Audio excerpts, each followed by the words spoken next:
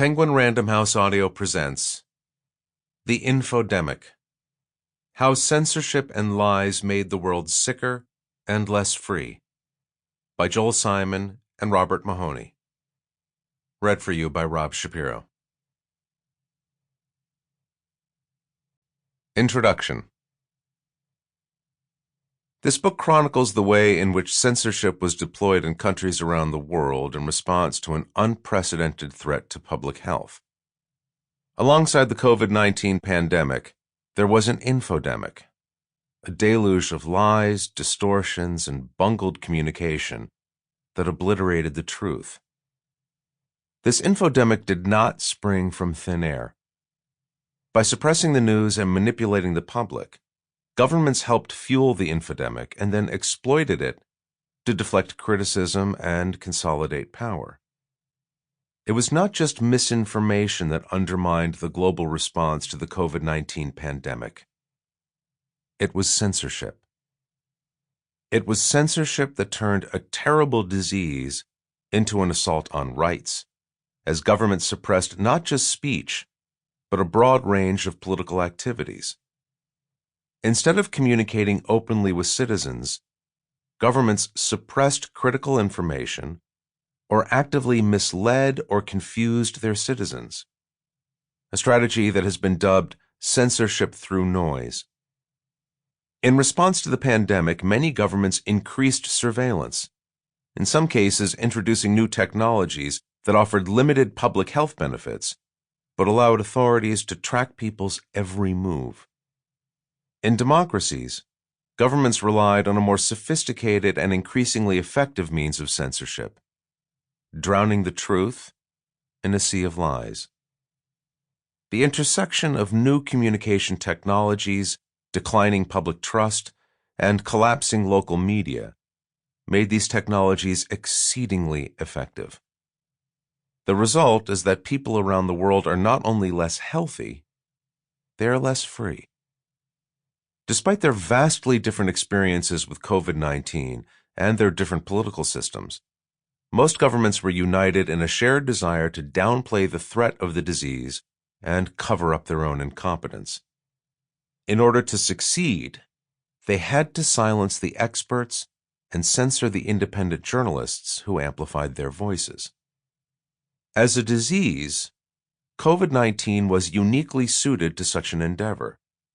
The symptoms often matched those of a bad flu, and the most severely afflicted were the elderly and people with underlying health conditions, meaning that ravages of the disease could be camouflaged or hidden from public view, at least for a period. The dynamic played out differently in different countries depending on the nature of the political system, the level of infection, and the characteristics of the country's political leaders, but the game plan was remarkably similar.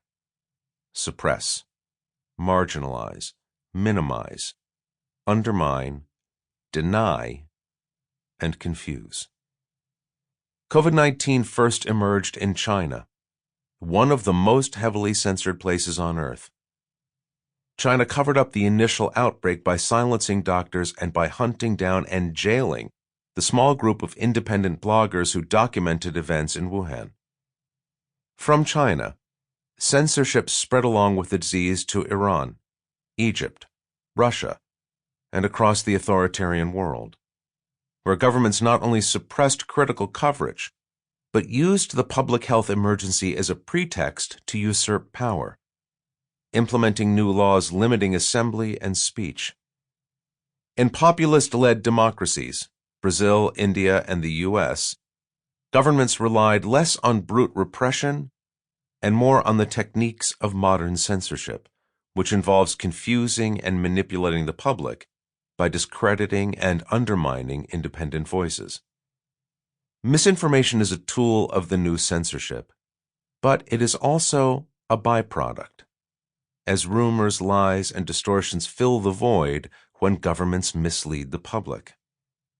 The pressure on social media companies to curb the spread of misinformation on their platforms was an understandable response when lies were literally killing people.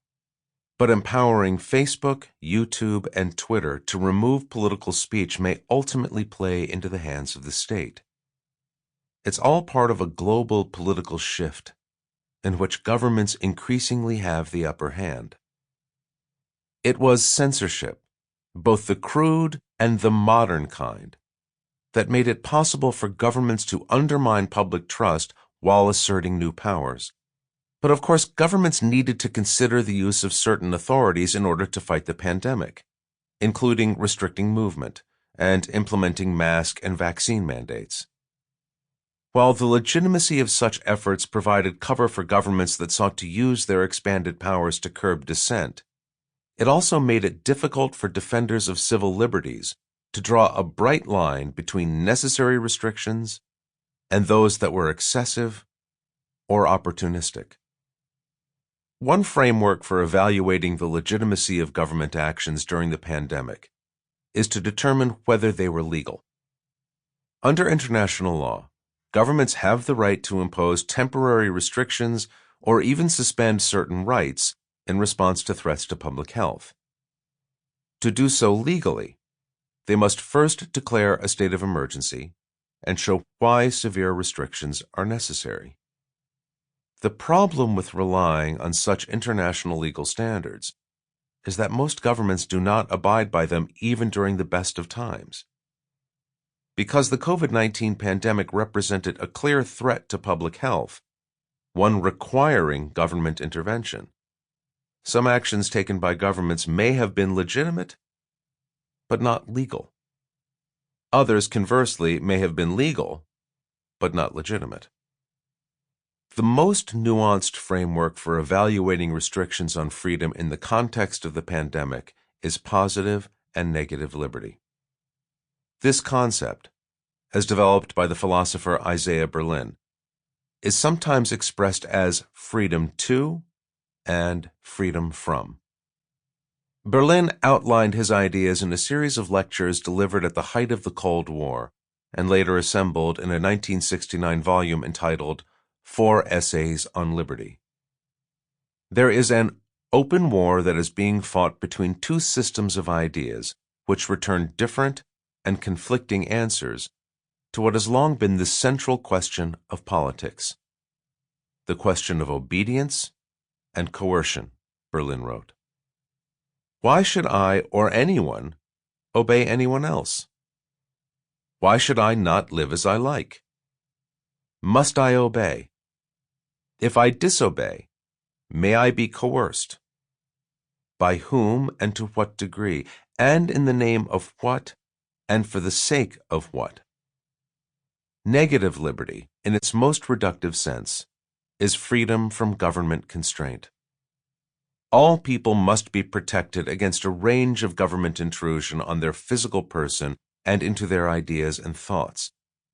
Positive liberty, on the other hand, is the ability to shape the destiny of their own society and live by its laws. Both negative liberty and positive liberty are essential, but they sometimes conflict. For example, the original U.S. Constitution provided a blueprint for the exercise of democracy, including legal protections against intrusive government power. It also preserved and sanctified the most egregious violation of negative liberty: slavery. The concept of positive liberty can also be abused. Totalitarian and authoritarian forms of government generally justify their exercise of power, including imposing restrictions on political participation, in order to achieve some worthy social purpose, ensuring economic growth, providing more equitable distribution of resources, or defending against an external threat. Applying Berlin's framework to the debate about COVID-19 and mask wearing, the writer and philosopher Kwame Anthony Appiah noted, "The trouble is that we usually don't think hard enough about all that's actually required to live free," adding, "There's precious little freedom in the sick ward, and less still in the graveyard." Also drawing on Berlin's framework, as well as their experience as a Russian émigré and their research on the threat of creeping authoritarianism, New Yorker writer Masha Gessen argued that, for a sense of common cause to appear, Sample complete. Ready to continue?